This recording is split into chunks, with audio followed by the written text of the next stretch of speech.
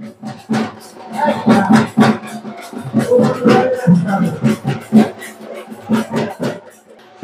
থেকে দশমী টানা ৫ দিনের পূজা আরাধনা আর মিলন মেলার পর অবসান হলো শারদীয় দুর্গোৎসবের।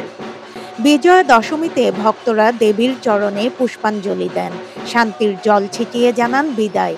দর্পণ বিসর্জনের প্রতীকী রীতিতে যেন মর্ত্যলোক থেকে কৈলাসে ফিরে গেলেন দেবী। রাজধানীতে দুপুরের পর থেকেই শুরু হয় বর্ণাঢ্য শোভাযাত্রা।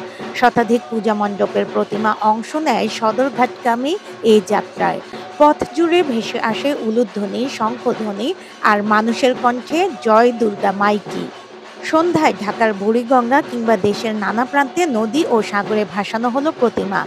ঢাক-ঢোলের তালে নদীর ঢেউ আর ভক্তদের উল্লাসে মিলেমিশে গেল বিদায়ের অশ্রুর সঙ্গে। শুধু ধর্মীয় উৎসব নয়, দুর্গাপূজা হয়ে ওঠে এক সামাজিক মিলন মেলা।